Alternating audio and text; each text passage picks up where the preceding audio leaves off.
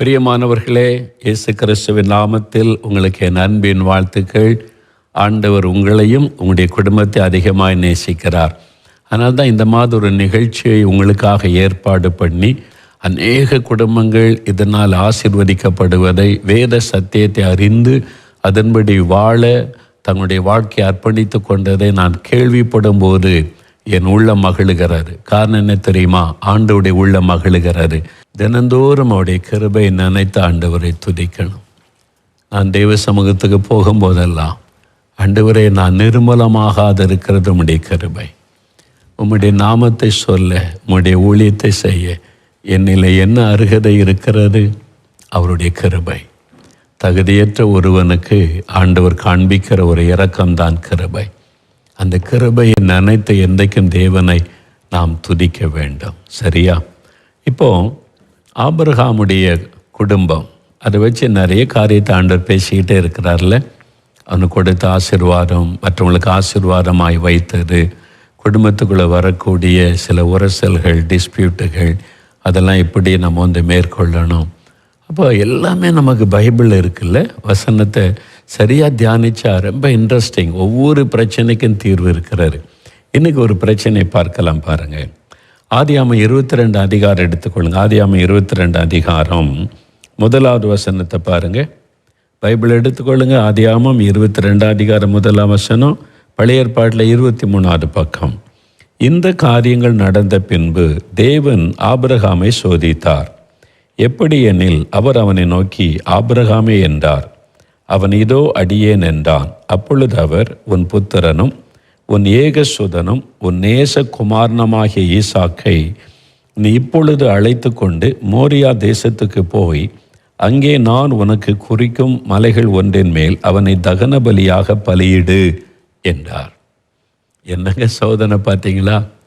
ஆண்டவர் ஆபிரகாம்கிட்ட சொல்கிறாரு, இப்போ ஈசாக்கை பெற்றுக்கொள்ள 25 வருஷமாக காத்திருந்தாங்க. அதுக்கு இடையில சில பிரச்சனைகள், அதையெல்லாம் தாண்டி இப்போ ஈசாக்குக்கு ஒரு 15-16 வயசு, நல்ல ஒரு இளம் வாலிபன் ஆகிவிட்டான். இப்போ ஆண்டவர் ஆபிரகாமுக்கு தரிசனமாகி ஆபிரகாமின்னு கூப்பிடுகிறார். இப்போ ஒரு குறைவில்லை, செல்வம் இருக்குது, வேலைக்காரங்க எல்லா பிளஸ்ஸிங்கும் பூரணமாக இருக்குது. அப்போ ஆண்டவர் ஆபிரகாமை கூப்பிடுறாரு. என்ன ஆண்டவரேன்னு சொன்ன உடனே ஆண்டவர் எப்படி சொல்றார் பார், உன் ஏகசுதனும் உன் நேசகுமாரனும் உன் புத்திரனுமாக இருக்கிற ஈசாக்கை, உனக்கு நேசகுமாரன் தான் ஆமா, உன்னுடைய புத்திரன் தான் ஆமா ஆண்டவரே, அதெல்லாம் சொல்லிட்டு இப்போ அவனை கொண்டு மோரியா தேசத்தில் போய் நான் சொல்கிற இடத்துல பலி செலுத்து அந்த மலையில் அப்படின்னு சொல்கிறார். சொல்லிவிட்டு அவர் போயிட்டார். அவ்வளோதான். ஆபிரகாமுடைய பல சொல்லிட்டாரு, போயிட்டார். ஆபிரகாம் கீழ்ப்படிவான், நான் கூப்பிட்டா வந்துட்டான், எப்பவும் கீழ்ப்படிவான்னு சொல்லிட்டு போயிட்டார். இப்போ நீங்கள் யோசித்து பாருங்களேன், ராத்திரியில் இப்படி கர்த்தர் தரிசனமாகி அவனோட பேசின உடனே ஆபிரகாமுக்குள்ளே என்னெல்லாம் ஓடி இருக்கும்.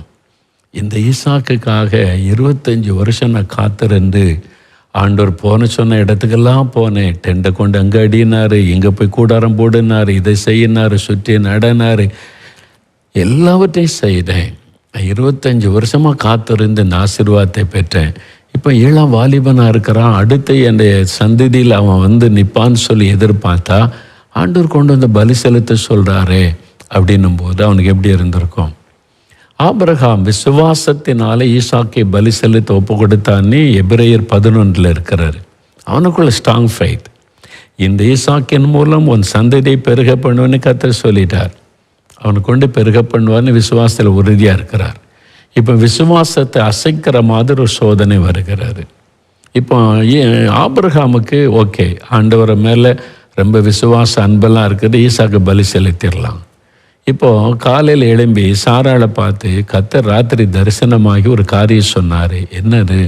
ஈசாக்கு மோரியா தேசத்தில் கூட்டி போய் ஒரு மலையில் பலி செலுத்த சொன்னார்னு சொன்னால் என்ன நடந்திருக்கும்? கற்பனை பண்ணி பாருங்கள். அந்த வீட்டுக்குள்ளே என்ன நடந்திருக்கும்? சாராள் அதை ஏற்றுக்கொண்டிருப்பாள் அப்படின்னு நினைக்கிறீங்களா? அது ஆகாரம் வச்சு ஒரு சின்ன பிரச்சனை வந்தபோதே ஒரு வழி பண்ணிட்டு ஆபிரகாம் இப்போ தன்னுடைய ஒரே மகனை நினச்சி தான் சாராள் சந்தோஷப்பட்டுக்கிட்டு இருக்கிறான். அந்த மகனை பலி செலுத்த கூட்டிகிட்டு போகணும் அப்படின்னு சொல்லி ஆபிரகாம் சொல்லியிருந்தால் என்ன நடந்திருக்கும் வீட்டுக்குள்ளே? அவ்வளோதான், பெரிய பிரச்சனை. அவ சொல்லியிருப்பா, என் மகனை நான் தர முடியாது, உங்களுக்கு மட்டுமா மகன், எனக்கு மகன் தானே, என் பிள்ளையை நான் தர முடியாது. 25 வருஷமாக காத்திருந்து அவனை பெற்று இந்த மாதிரி கொண்டு வந்து தந்தானே சந்தோஷப்பட்டா பலி செலுத்துவேன்றீங்க, தர முடியாது. இல்லை ஆண்டவர் அது ஆண்டவருக்கும் உங்களுக்குள்ள பிரச்சனை, நான் தர முடியாது, அது இன்னும் ஒரு பெரிய பிரச்சனை வந்திருக்கும்ல. அதனால் ஆபிரகாம் பாருங்கள் எவ்வளோ ஞானமாக ஒரு காரியம் செய்கிறாரு. அடுத்த வசனத்தை வாசித்தால், ஆபிரகாம் அதிகாலையில் எழுந்து தன் வேலைக்காரில் கூட்டிக் கொண்டு கழுதையை ஆயத்தப்படுத்தி அவன் விறகெல்லாம் எடுத்துக்கொண்டு பலி செலுத்த புறப்படுறான். சாராள்கிட்ட என்ன சொன்னான், கர்த்தருக்கு பலி செலுத்திட்டு நாங்கள் திரும்பி வரோம். யாரை பலி செலுத்த கொண்டு போகிறான்றது சாராளுக்கு சொல்லலை, இது ஆபிரகாம் மட்டும் மனதிலே வைத்திருக்கிறார்.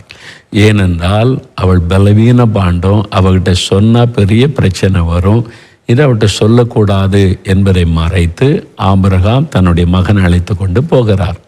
இவருக்குள்ள விசுவாசம் இருக்குது, அதே விசுவாசம் சாராளுக்குள்ள அந்த சூழ்நிலையில் அந்த காரியத்தில் இருக்குன்னு சொல்ல முடியாது, பெரிய பிரச்சனை வந்துடும். அதனால் எவ்வளோ ஞானமாக ஒரு கணவன் மனைவி, அதாவது புரிந்து கொள்ளுதல், அண்டர்ஸ்டாண்டிங் ஈச் அதர் ரொம்ப முக்கியம். குடும்பத்தில் ஒரு கணவன் மனைவி 2 பேர் தான் குடும்பத்துக்கு முக்கியம். அப்புறம் பிள்ளைகள், பெரியவங்க, அவங்கெல்லாம் சேர்ந்தாலும் கூட கணவன் மனைவி இந்த 2 பேர் தான் குடும்பத்திற்கு பொறுப்பு. அவங்க மூலமாக தான் குடும்பத்தையே கர்த்தர் இயக்குவார். நல்லா அறிந்து கொள்ளுங்க, கணவன் மனைவி இந்த 2 பேர் மூலமாக தான் குடும்பத்தையே ஒரு வழி நடத்துவார். நீங்கள் 2 பேர் தான் ரொம்ப முக்கியம்.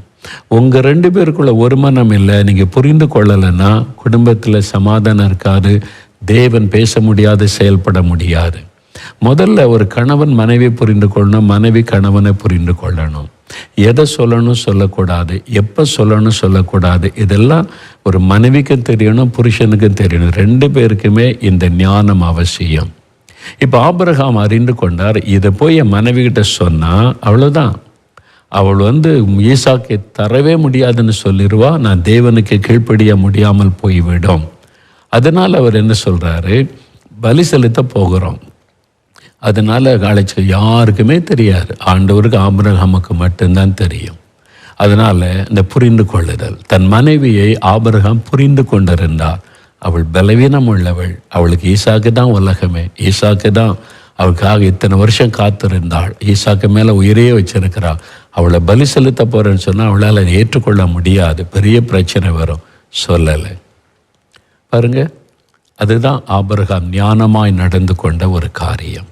இதை குறித்து வேத புஸ்தகத்தில் 1 பேதுரு 3 அதிகாரத்தில் 7ஆம் வசனம் பாருங்க. 1 பேதுரு 3 அதிகாரம் 7ஆம் வசனம், அந்தபடி புருஷர்களே, மனைவியானவள் பலவீன பாண்டமாய் இருக்கிறபடியால் உங்கள் ஜெபத்திற்கு தடை வராதபடிக்கு நீங்கள் விவேகத்தோடு அவர்களுடனே வாழ்ந்து உங்களுடனே கூட அவர்களும் நித்திய ஜீவனாகிய கிருபையை சுதந்தரித்து கொள்ளுகிறவர்கள் ஆனபடியால் அவர்களுக்கு செய்ய வேண்டிய கனத்தை செய்யுங்கள். புருஷர்களே, மனைவியானவள் பலவீன பாண்டமாய் இருக்கிறபடியால் உங்கள் ஜெபங்களுக்கு தடை வராதபடி நீங்கள் விவேகத்தோடு அவர்களோடு வாழ்ந்து, ஒரு ஞானம் விவேகம் வேணும். அப்போ ஆண்டவர் பைபிள் அழகாக சொல்லுங்க, பெண்கள் பலவீன பாண்டம், ஆண்களை மாதிரி சில பெண்கள் ஆண்களை விட விசுவாசத்தில் எல்லாத்திலும் ஒரு ஸ்ட்ராங்காக இருப்பாங்க, அது ஓகே. பொதுவாக பெண்களை குறித்து தான் பைபிள் சொல்லுகிறார். அப்போ உங்கள் மனைவி உங்கள் கணவரை குறித்து நீங்கள் அண்டர்ஸ்டாண்ட் பண்ணிக்கொள்ளணும், உங்களுக்கு தெரியணும், புரிந்து கொள்ளுதல். என் கணவர்கிட்ட இந்த நேரம் இதை சொல்லலாம், இந்த காரியத்தை குறித்து சொன்னால் அமைதியாக கேட்பார். என் மனைவி கிட்ட இந்த காரியத்தை சொன்னால் புரிந்து கொள்ளுவாள், இதை சொன்னால் அவள் புரிந்து கொள்ள மாட்டாள், ஏற்றுக்கொள்ள மாட்டாள். இதை நீங்கள் அறிந்து கொள்ள வேண்டும். அதனால் அதை தெரிந்து விவேகத்தோடே வாழணும் என்பதாய் பைபிளில் சொல்லப்படும். விவேகம் ரொம்ப அவசியம். ஆபிரகாம் விவேகமாக ஒரு காரியம் செய்கிறாரு, சாராளுக்கு சொன்ன பிரச்சனை சொல்லக்கூடாது என்பதாக. அவருக்கு மறைக்கணும்னு நோக்கம் இல்லை, இந்த காரியத்தை அவளால் கிரகிக்க முடியாது. அதே மாதிரி உங்களுடைய மனைவி கிட்ட எதை சொல்லணும் சொல்லக்கூடாது ரொம்ப கவனமாக இருக்கணும். அதை சொல்ல வேண்டிய விதத்தில் சொன்னால் அவங்க புரிந்து கொள்ளுவாங்க என்பது உங்களுக்கு தெரியணும். ஒரு கணவனை பற்றி அதே மாதிரி மனைவி அறிஞ்சு வச்சிருக்கணும். வேலை முடிச்சு டயர்டு, ஆஃபீஸ் முடிஞ்சு சோர்ந்து போய் அப்படி வீட்டுக்கு வந்த உடனே உங்களுக்கு தெரியுமா, வீட்டில் அவங்க அம்மா இப்படி பண்ணுறாங்க அப்படி பண்ணுறாங்க, இந்த பிள்ளைகள் பாருங்கள் இப்படி இருக்குது, என்ன இது கொடுமைன்னு நீங்கள் எரிச்சல் ஊட்டுற மாதிரி பேசின கணவனுக்கு டக்குன்னு கோபம் வரும். வெளியில் இவ்வளோ பிரச்சனை சந்தித்து வீட்டில் கொஞ்சம் நிம்மதியாக வந்தால் ஒரு காஃபி கிடைக்கும், ஒரு ஆசுவாசப்படுத்தலான்னு பார்த்தா வந்தது வராமல் பிரச்சனையே சொல்லிக்கிட்டு இருக்காளேன்னு கோபம் உங்கள் மேலே வரும். என்ன நான் உங்கள் மனைவி தானே நீங்கள் தடித்த வார்த்தை பேச பெரிய பிரச்சனை வரும். அப்போ என்ன பண்ண, வெளியிலேருந்து கணவன் வரும்போது அவங்க என்ன சூழ்நிலை வர தெரியாது, நாள் பகல் முழுதும் உழைச்சிட்டு வர்றாங்க, ஒரு காஃபி கொடுத்து ஆசுவாசப்படுத்தி நிதானமாக சூழ்நிலை பார்த்து ஒரு பிரச்சனை எப்படி பேசணுமோ அப்படி சொல்லணும். இந்த மாதிரி ஒரு பிரச்சனைங்க, உங்கள் அம்மா அப்படி பண்ணுறாங்க, உங்கள் அப்பா இப்படி இந்த வார்த்தை பேசின உடனே கணவனுக்கு டக்குன்னு என்ன தெரிய வருமா, உங்கள் அம்மா உங்கள் அப்பா உன் குடும்பம் சரியான்னு எதிர்வார்த்தை வரும். நல்லா கவனிச்சுக்கோ. அதனால தான் விவேகம் அவசியம். மனைவி குடும்பத்தை கட்டுறதுக்கு ஞானம் அவசியம். புத்தி உள்ள ஸ்திரீ தன் குடும்பத்தை கட்டுகிறாள். அப்போ நீ அப்போ ஏன் என் குடும்பத்தை இழுக்கிற, அது மாதிரி நீ என் குடும்பத்தை பற்றி ஏன் பேசுகிற? அப்போ நீங்கள் எல்லாத்தையும் மறந்துட்டு ஆண்டவர் வசனத்தில் மறந்துட்டு வேறு மாதிரி பிரச்சனை ஆயிரும். நீங்கள் இதெல்லாம் கவனிக்கணும். அதனால் நீங்கள் விவேகத்தோட ஒவ்வொருத்தருடைய பலவீனம் பலன் என்னன்னு உங்களுக்கு தெரியணும். அந்த டைமில் அந்த காரியத்தை சொல்லணும். என் மனைவியினுடைய சுபாவம் எனக்கு தெரியும், அவருடைய பலனும் எனக்கு தெரியும், பலவீனமும் தெரியும். அதனால தான் சொல்லுவேன், என் மனைவிட்ட நான் பேசிக்கிறேன், எனக்கு எப்படி சொல்லணும்னு எனக்கு தெரியும், நான் சொல்லுவேன். அந்த சூழ்நிலையை பொறுத்து அதை சொல்லிக்கொண்டு அப்படியே அண்டர்ஸ்டாண்ட் ஆகும். இல்லாமல் வேறு மாதிரி சொன்னால் வேறு மாதிரி கோபம் ரியாக்ஷன் ஆகிரும். அதே மாதிரி என்னை பற்றி என் மனைவிக்கு தெரியும். அவன் டைம் பார்த்துக்கிட்டே இருப்பான், சூழ்நிலை பார்த்துக்கிட்டே இருந்து தான் நான் உன்கிட்ட ஒன்று சொல்கிறேன், நீங்கள் கோவப்படக்கூடாது. அப்போ நான் கோவப்படுற மாதிரி ஒரு விஷயத்தை சொல்ல போகிறான்னு அர்த்தம். அதனால் முதல்ல சொல்லிடுவான், நீங்கள் கோவப்படக்கூடாது, சொல்கிறத கவனிக்கணும். அவளுக்குள்ள ஒரு பயத்தோடு ஓகே சொல்லுன்னு கேட்டால், அப்போ சொல்ல காரியம் கொஞ்சம் கோவம் உண்டாகிற மாதிரி இருக்கும். அதுதான் முதல்ல சொல்லிட்டேன், கோவப்படக்கூடாது, சொல்கிறத கேட்டுக்கிடுங்க, அப்புறம் நீங்கள் தீர்மானம் பண்ணுங்கள். ஒரு கணவன் மனைவிக்குள்ளே இந்த அண்டர்ஸ்டாண்டிங் இருக்கணும். சும்மா ஒரு வார்த்தையை விட்டு தடித்த வார்த்தைகளை பேசி ஒருத்தருக்கு ஒருத்தர் சண்டை போட்டு உன் குடும்பம் என் குடும்பம் உங்கள் அப்பா உங்கள் அம்மா அது மாதிரி வார்த்தைகள் பேசக்கூடாது. இது உங்களுடைய லைஃப், உங்களுடைய வாழ்க்கையுடைய சந்தோஷத்தை கெடுத்து விடும். அப்போ உங்களுடைய மனைவிகிட்ட எதை சொல்லணுமோ அதை தான் சொல்லணும். அவங்களால இதைத்தான் கிரகிக்க முடியும், இதைத்தான் ஏற்றுக்கொள்ள முடியும். இதுக்கு மேலே அவங்களால அதை மட்டும்தான் நீங்கள் சொல்லணும். இல்லை மனைவிக்கு மறைக்கிறது தப்பு இல்லை அப்படின்னு கேட்டால், அதாவது எதை மறைக்கணும் எதை மறைக்கக்கூடாதுன்னு தெரியணும். சிலர் மறைக்கக்கூடாத மறைச்சிக்கிட்டு இருப்பாங்க, மறைக்க வேண்டியதை மறைக்க மாட்டாங்க. எதை சொல்லணும் எதை சொல்லக்கூடாது அதை உங்களுக்கு தெரியணும், அவ்வளோதான். அதை நீங்கள் சொன்னால் போதும். அதே மாதிரி கணவர்கிட்ட டைம் பார்த்து நேரம் பார்த்து எதை சொல்லணுமோ எல்லாத்தையும் நீங்கள் சொன்னீங்கன்னா அவர் பாதிக்கப்பட்டுருவார். அவருக்கு எத்தனையோ பிரச்சனை இருக்குது, பிஸ்னஸில் பிரச்சனையோடு நீங்கள் சின்ன பிள்ளைகள் பண்ணுற குறும்பெல்லாம் பிரச்சனையாக உண்டாக்கி உங்கள் பிள்ளை இப்படி பண்ணது பாருங்கள், உங்கள் பிள்ளைன்னு சொன்னால் உனக்கும் தான் பிள்ளை பல்ல கடிச்சிக்கிட்டு சண்டை ஆரம்பிச்சிடும். நீங்கள் விவேகம் வேணும், ஞானம் வேணும். ஒரு குடும்பம் அதை சந்தோஷமாக சமாதானமாக காத்துக்கொள்வதில் கணவன் மனைவி 2 பேருக்கும் பொறுப்பு இருக்கிறது. ஒரு சண்டை வராமல் அமைதியாக அந்த குடும்பத்தை நடத்தி கொண்டு போவதில் 2 பேருக்குமே உத்தரவாதம் இருக்கிறது. அப்போ நீங்கள் முதல்ல உங்களுடைய மனைவி கணவரை புரிந்து கொண்டு, அதான் வசனம் சொல்லுது, அவங்க பெண்கள் பலவீன பாண்டம். அவங்களுக்கும் ஒரு காரியத்தை கேட்டுட்டு அதை சொல்லிடணும். கணவர் எப்போ வருவார் சொல்லிடணும். இது பெண்களுடைய சுபாவம். அப்போ அது ஆரம்பத்தில் நாம் ஊழியத்தில் பிஸியாக இருப்போம், நிறைய ஊழியம், பிரசங்கம் பண்ணணும், ஜெபிக்கணும், ஆயத்தப்படணும், அப்படியே இருக்குமா. நான் வீட்டுக்கு போனால் மனைவி ஏதாவது சொன்னால் நான் கவனிக்கவே மாட்டேன். இன்னும் இந்த உலக காரியத்தை பற்றி பேசியிருக்கேன். நான் ஊழிய காரியம், பிரசங்கம், எவ்வளோ ஊழியம் இருக்குது, இந்த ஒன்றும் இல்லாத காரியத்தை பேசிக்கிட்டு இருக்கான்னு கோபமாக வரும். உண்மையில் ஒன்றும் கவனிக்கிறது இல்லை. அப்புறம் இதே மாதிரி என்ன நான் சொல்கிறது ஒன்று நீ கேட்கவே மாட்டேங்கிறேன், நான் வேறு என்ன ஊழியம் பிரசங்கம் அந்த ஞாபகத்தில் இருப்பேன். அவள் பேசுகிற குடும்பம், இந்த ஃபேமிலி, இந்த மாதிரி உலக காரியம் எனக்கு அது முக்கியமாக தெரியாது. அதனால பாருங்கள் வருத்தம் வந்துடும். அவளுக்குள்ள ஒரு வருத்தம், அது ஒரு அந்த அட்மாஸ்பியரே வேறு மாதிரி மாறிடும். ஒரு நாள் ஆண்டவர் சொன்னார், நீயும் மனைவினா இருக்கீங்க வீட்டில், உன் மனைவி ஒரு காரியத்தை ஷேர் பண்ணணுன்னா யார்கிட்ட சொல்ல முடியும்? உங்ககிட்ட தான் சொல்ல முடியும், உங்ககிட்ட தான் பேச முடியும். நீ கவனிக்காவிட்டால் அவருடைய மனைவியுடைய உள்ளத்தில் அது சேர்ந்து அவளுக்குள்ள பிரச்சனை உண்டாக்கும். அதனால் ஆண்டவர் சொன்னார், நீ அவள் சொல்கிறபடி செய்கிறியோ இல்லையா, அது 2வது. முதல்ல அவள் சொல்லுவதை கவனி. அதுவே அவளுக்குள்ள மாற்றத்தை உண்டாக்கும். ஒரு மனைவியினுடைய பலவீனம் என்ன, அவருடைய இறுதி எப்படிப்பட்டதுன்னு ஆண்டவர் எனக்கு கற்றுக் கொடுத்தார். அப்போ சரி ஆண்டவர், இது ஆண்டவர் எனக்கு கற்றுக் கொடுத்தார். அதனால் இப்போ என் மனைவி பேச ஆரம்பித்தா முதல்ல உட்காந்து எல்லாத்தையும் கேட்டுருவேன். மனசில் எல்லாத்தையும் சொல்லட்டும். ஒரு அரை மணி நேரம் பேசி முடித்த உடனே பாருங்களேன், அவளுக்கு ஒரு பெரிய ரிலீஃப் ஆகிரும். அதன் பிறகு அதை பற்றி நான் அதுக்கு என்ன செய்கிறேன் செய்யலை அதை பற்றி அவளுக்கு எண்ணமே இருக்காது. நான் என் கணவர்கிட்ட சொன்னேன், செஞ்சுருக்காங்களே அதை பற்றி என் கணவர்கிட்ட சொல்லிட்டேன், அவ்வளோதான். அவருடைய மனதில் இருக்கிறது வந்து விட்டார், அவ்வளோதான் அவனுடைய பிரச்சனை. கேட்டு ஆண்டவர் தான் சொன்னார், நீ அதன்படி செய்கிறியோ செய்யலையோ அது ரெண்டாவது, சொல்கிறத கவனி. அவன் உன்கிட்ட தான் சொல்ல முடியும், வேறு யாருக்கிட்டையும் சொல்ல முடியாது. நீ கவனிக்காட்டா அவருடைய மனசுக்குள்ளே இந்த பிரச்சனை இருந்துன்னு அவளை பாதிக்கும். அதனால் பாரு, ரொம்ப சிம்பிள். பெண்கள் அதிகமாக பேசுவாங்க, மனசில் நிறைய வச்சுக்க மாட்டாங்க. நீங்கள் பொறுமையாக கேளுங்க. நீங்கள் டயர்டாக வந்தாலும் சரிம்மா சொல்லு உன் பிரச்சனை என்ன, 10 நிமிஷம் சொல்லிட்டாங்கன்னு வைங்களேன், ரிலீஃப். அதுக்கப்புறம் அவங்க மாறிடுவாங்க. அங்கே அந்த பிரச்சனை திருப்பி அவங்களுக்கு மறந்தே போயிடும் உங்கள்கிட்ட சொன்ன பிரச்சனையே. இதை நீங்கள் விளங்கி கொண்டால் போதும். அதே மாதிரி தான் கணவர். எப்போ எதை சொல்லணும், எதை பேசினா என் கணவருக்கு பிடிக்காது, மனைவிக்கு தெரியணும்.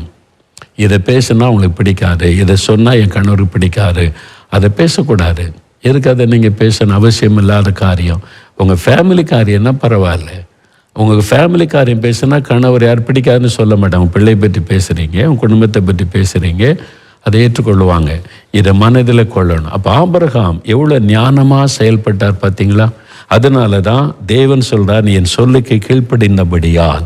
ஆமாம், ஆண்டவர் இதெல்லாம் கவனிக்கிறார். ஆபிரகாம் எவ்வளோ ஞானமாய் செயல்படுகிறான் என்று. நீங்களும் உங்களுடைய குடும்பத்தை கட்டணுமானா கணவனுக்கும் ஞானம் வேணும், மனைவிக்கும் ஞானம் வேணும். எதை எப்போ எப்படி சொல்லணும், பேசணும், எடுத்துக்கொள்ளணும், இதெல்லாம் கவனம் செலுத்தி முதல்ல உங்களுடைய வாழ்க்கை துணையை புரிந்து கொள்ளுங்க. அவருடைய பலன் என்ன, பலவீனம் என்ன புரிந்து. உங்கள் கணவருடைய பலம் என்ன, பலவீனம் என்ன. 2 பேருக்குமே பலவீனமும் இருக்கும், பலனும் இருக்கும். இவங்க இது என்ன சொன்னாலும் என் கணவர் அசைய மாட்டாங்க, ஸ்ட்ராங்காக இருப்பாங்க, சொல்லிடலாம், பிரச்சனை இல்லை. சில சமயம் சில காரியம் சொல்லும்போது அவங்க அதில் பலவீனமாக இருப்பாங்க, அது அவங்கள பாதிச்சிடும், அது சொல்லக்கூடாது. இதே மாதிரி தான் மனைவி. சில காரியம் மனைவி டேக் இட் ஈஸின்னு போய்கிட்டே இருப்பவனு கவலைப்பட மாட்டான்னு நீங்கள் சொல்லலாம். அது உங்களை பாதிக்கும்னா நீங்கள் யோசிக்கணும், கவனிக்கணும். இந்த காரியத்தில் ஞானமாக நடந்து கொண்டால் குடும்பம் கட்டப்படும். சரியா? இப்போ அந்த மாதிரி நீங்கள் ஞானம் இல்லாமல் பேசினது செய்தது இன்றைக்கி உங்கள் வீட்டில் பாதிப்பை உண்டாக்கியிருக்குல்ல, வருத்தத்தை உண்டாக்கியிருக்குல்ல. அப்போ ஆண்டவர்கிட்ட சொல்லுங்கள், ஆண்டவரே என்னை மன்னியும், ஆபிரகாமை கொடுத்தே போல் ஞானம் எனக்கு தாரும், நான் விவேகத்தோடு வாழணும், ஞானத்தோடு என் குடும்பத்தை கட்டணும், இந்த குறைபாடை மாற்றும், என்னை மன்னித்து என்னை சரிப்படுத்தும்னு ஜெபிக்கிறீங்களா? எல்லாம் முழங்கால் படியிடுங்க. ஜெபம் பண்ணி உங்களுடைய குடும்பத்தை ஒப்பு கொடுங்க. பிள்ளைகள் காரியம் அல்லது உங்களுடைய பெரியவங்க காரியம், ஏதோ ஒரு காரியத்தில் டிஸ்பியூட் வந்து ஒரு முறுமுறுப்பு, ஒரு மனமற்ற தன்மை வந்திருக்கலாம், அறிக்கையிட்டு ஜெபம் பண்ணுங்க. ஆண்டவரே ஞானம் தாரும், எனக்கு விவேகம் தாரும்னு கேளுங்க, கர்த்தர் தருவார். உங்களுடைய குடும்பம், சபை, தேசத்துக்காக ஜெபிச்சுட்டு உங்களுடைய பிரச்சனைக்காக ஜெபிக்கலாம். ஜெபம் பண்ணலாமா? எல்லாரும் இணைந்து, தகப்பனே இந்த அருமையான ஜெப நேரத்திற்காக ஸ்தோத்திரம். எங்களையும் எங்களுடைய குடும்பத்தை நீர் எவ்வளவாய் நேசிக்கிறீரப்பா. எங்கள் குடும்பத்தை கட்டி எழுப்ப எங்களுக்கு ஞானம் தாரும். ஆண்டவரே விவேகத்தை எங்களுக்கு தாரும். புத்தி உள்ள ஸ்திரீ தன் வீட்டை கட்டுகிறாள்னு சொன்னீங்களே, அந்த குடும்பத்தை கட்டக்கூடிய ஞானத்தை தாரும். என் கணவரை புரிந்து கொள்ள, மனைவியை புரிந்து கொள்ள, குழந்தைகளை புரிந்து கொள்ள, சூழ்நிலையை புரிந்து கொண்டு ஞானமாய் நடக்கக்கூடிய கிருபைகளை தாரும் என்று யார் யார் ஜெபிக்கிறாங்களோ அந்த பிள்ளைகளுக்கு உம்முடைய ஞானத்தை கொடுங்க. அவங்களுக்குள்ளே காணப்படுகிற வருத்தங்கள், வேதனைகள், காயங்கள் எல்லாம் இன்றைக்கு மாறட்டும். மன வருத்தங்கள் எல்லாம் இன்றைக்கு விலகட்டும். ஆண்டவரே உம்முடைய ஞானத்தினால் ஆசீர்வதிக்கிற அன்பிற்காக நாங்கள் உம்மை ஸ்தோத்திரிக்கிறோம் அப்பா. எங்கள் வீட்டுக்குள் ஒரு எழுப்புதல் உண்டாகட்டும், ஜெப எழுப்புதல் உண்டாகட்டும், பரிசுத்த எழுப்புதல் உண்டாகட்டும், துதியின் எழுப்புதல் உண்டாகட்டும். நாங்கள் எப்பொழுதும் ஜெபிக்க, துதிக்க ஆண்டவர் ஜெப ஆவியினால் எங்களை நிரப்பும், எங்கள் பிள்ளைகளை நிரப்பும். எங்கள் பிள்ளைகளுக்கு படிப்பிருக்க வேண்டிய நல்ல ஞானத்தை தாரும், வேத அறிவை தாரும், வசனத்தை வாசிக்க, ஜெபிக்க, தேசத்திற்காக ஜெபிக்க கிருபை தாரும். எங்கள் வீட்டில் இருக்கிற பெரியவங்களை ஆசீர்வதியும். அவங்களும் அதிக நேரம் ஜெபிக்க, காத்திருக்க, வசனத்தை தியானிக்க ஒவ்வொருவருக்கும் கிருபை தாரும். எங்களை வேலி அடைத்து பாதுகாத்து வருகிற அன்பிற்காய் ஸ்தோத்திரம்.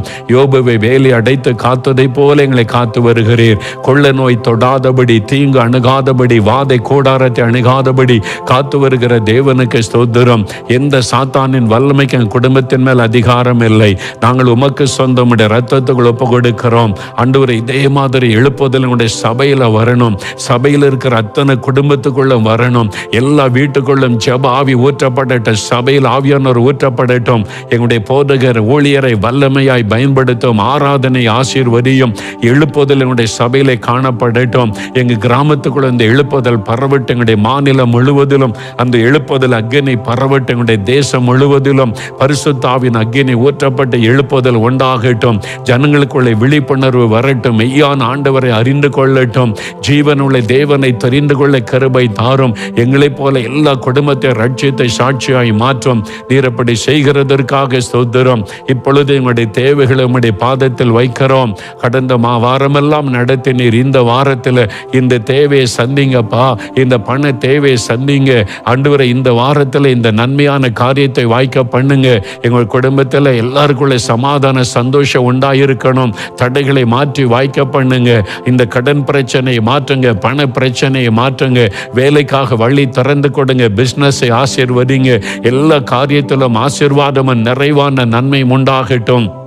நீர் வாக்கு கொடுத்தபடி இரட்டிப்பான நன்மை ஆசீர்வாதத்தை அருளை செய்யும். கர்த்தர் அப்படி ஆசீர்வதிக்கிற அன்பிற்காக ஸ்தோத்திரம், ஸ்தோத்திரம், ஸ்தோத்திரம். இயேசு கிறிஸ்துவின் நாமத்தில் ஜெபிக்கிறோம் பிதாவே. ஆமேன், ஆமேன். என் ஆத்துமாவே கர்த்தரை ஸ்தோத்திரி. என் முழு உள்ளமே அவருடைய பரிசுத்தமுள்ள நாமத்தை ஸ்தோத்திரி. என் ஆத்துமாவே கர்த்தரை ஸ்தோத்திரி. அவர் செய்த சகல உபகாரங்களை மறவாதே. ஆமேன், ஆமேன். கர்த்தர் உங்களை ஆசீர்வதிப்பாராக. அதுவரை கர்த்தருடைய கரம் உங்களோடு இருந்து நடத்துவதாக. ஆமேன்.